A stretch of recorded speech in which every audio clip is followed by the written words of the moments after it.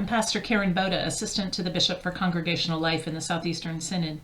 Now that you've mastered remote worship, many have begun asking how to take advantage of technology to conduct the business of the congregation. Some things can be postponed, but other business may be mandatory based on your constitution or bylaws. So we offer today a quick tutorial on how to hold congregation meetings during the COVID-19 pandemic. The first question that needs to be asked is whether a congregation can legally conduct their business remotely using electronic means. Note that there are two types of meetings: meetings of the congregation and meetings of the council and committees. You have to check for both. Step number 1, check the laws of the state in which you are incorporated. The states of Georgia, Alabama, Tennessee, and Mississippi, all the states in our Southeastern Synod, authorize remote meetings for both the congregation and the council and committees, unless your congregation's constitutions and bylaws state otherwise. Step 2, then, is to check your constitution. Provision C 10.08, which was added in the 2019 Model Constitution, states that the congregation may hold meetings by remote communication. If you have this, congregation meetings are good to go. Provision C 12.13 states that the congregation council and its committees may hold meetings by remote communication. Again, if you have this, your congregation and committees are good to go. Step number 3, check your bylaws. Read them closely. Make sure that there is nothing in the bylaws that will overwrite what is in your constitution. But what if your constitution does not have C 10.08 or C 12.13? What if it hasn't been updated in a while? If your constitution and bylaws don't forbid the meetings, or if they are silent about remote meetings, then you're still okay given state law. The state law allows the meetings. If your governing documents forbid remote meetings, then you're stuck. Side note, when all of this is over, we strongly recommend that you update your constitutions and bylaws to explicitly permit remote meetings. We all hope and pray that we won't be in a pandemic again, but remote meetings are incredibly useful even if there is not a pandemic. Okay, so now I know that we can hold a meeting. What kind of notification is required? Whatever your constitution and bylaws require. If your constitution requires 2 weeks of notification during a worship service, then even if you are worshiping remotely, notice needs to be given during the announcements. If email or U.S. Postal Service notification of a certain number of days before the meeting is required, then that must be done too. Abide by your constitution and your bylaws. As you're deciding how to conduct the meeting, it's critical to remember that attendees must be able to both hear the meeting and be heard in the meeting. Two-way communication is required for every attendee. A meeting that only allows people to listen, for example, would not be appropriate nor constitutional. Audio is required. Video is not required. Zoom seems to be the most common platform now for these kinds of meetings. The rest of this video will assume that you're using Zoom. Likely these same features will exist in other platforms too. For a congregation meeting or council meeting that requires a quorum, how do we know who's attending a remote meeting? First, remember that the quorum required by your constitution and bylaws is still required in a remote meeting. There's a couple of ways to know who is in attendance. For smaller meetings or smaller congregations, you can likely do a low-tech roll call. One by one, have people in the meeting identify themselves and have this recorded by the secretary. Zoom is also able to identify and report on attendees. I'll show you how to do it on the next slide, but remember there are 2 gotchas in having Zoom record your attendance. The first is that if there is more than one voting member at a single location, Zoom will record this as a single attendee. Urge all voting members to use a unique logon.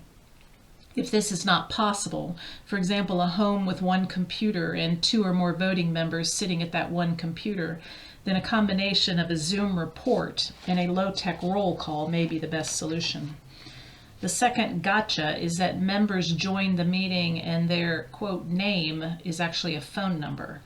Urge those who log in to change their number to a name. This can be done by the host or by the attendee by right-clicking on the phone number and then changing it to a name.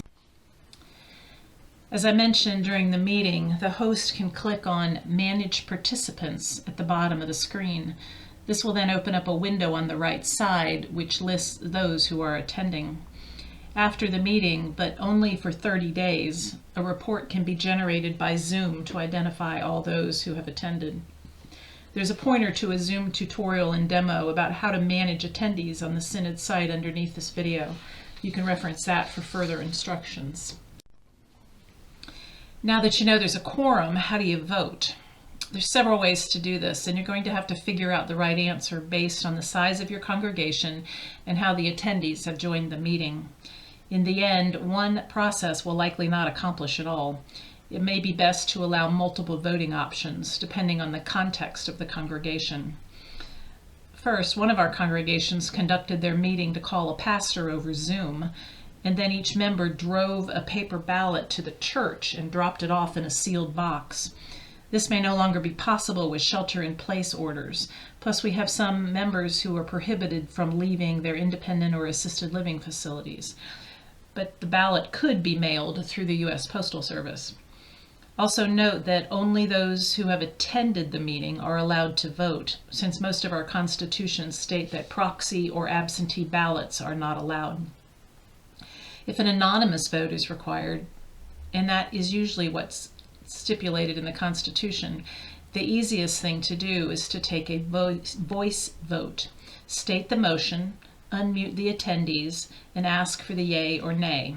If it's obvious, you're done. If not obvious, then you may need to individually poll for the vote. If the vote is expected to be contentious, the congregation really might want to consider delaying this vote until the congregation can again be face-to-face. It's also been suggested that those attending could hold up the red or green cards like we do at the Synod Assembly. Remember, this will only work if everyone has joined the meeting with video. Finally, you can use the polling feature of Zoom. Again, this only works if those attending have joined with video. As mentioned before, you may have to use more than one method to get all the votes in. This is how you do the polling with Zoom. And again, remember, everyone has to join in with video or this isn't going to work. Step 1 is go to Zoom and then Settings. Step 2 is to scroll down and enable polling. Step 3 is to create the polls. My example here is to ask the congregation to pick their favorite color from the list. I created this question or this poll before the meeting started. Step 4, still in Zoom settings, you can see the polling questions that have been created. Step 5, when the meeting is in session, there is a poll button at the bottom of the screen. This will allow the polling to begin. Finally, step 6, this is an example of the polling in progress. I'd strongly suggest that the host practice polling before you try to do it in a live meeting. I would also suggest that you ask the attendees to do a practice question, like what's their favorite color, before you ask the real motion. This allows the attendees to practice too.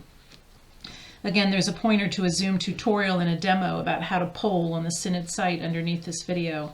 You can reference that for further instructions.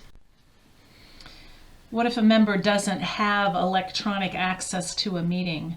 We all have members who don't have either smartphones or computers. By most state laws, the host must do everything reasonable, note the word reasonable, to make sure that the meeting is fair. This means do everything you can to try and get everyone to be able to attend. That doesn't mean everyone will. For those without electronic access, there are several low-tech, emphasis on low-tech, solutions. First, have someone sit with the person and help them. With shelter-in-place orders, this only works for those attendees already in the same physical location, for example, multiple members in a single house. You could also provide a dial-in line with no video required. Zoom allows this, and it's perhaps the easiest option, but it does impact your voting strategy. It also impacts how you conduct the meeting. For example, if you plan to display a slide deck with the budget or the motion to be voted on, someone attending without video won't be able to view the slides. The workaround here is to distribute the materials via email or U.S. Postal Service well before the meeting. Another option might be to call the member and use speakerphone technology to have the person listen in to the meeting. Voting, again, is a challenge, and this solution is far from elegant, but it does work. If your congregation comes up with other low-tech creative ideas, let us know. We're often asked, can you record the meeting? Yes, but you need to let everyone in attendance know that the meeting is being recorded. In some states, recording without consent is considered illegal.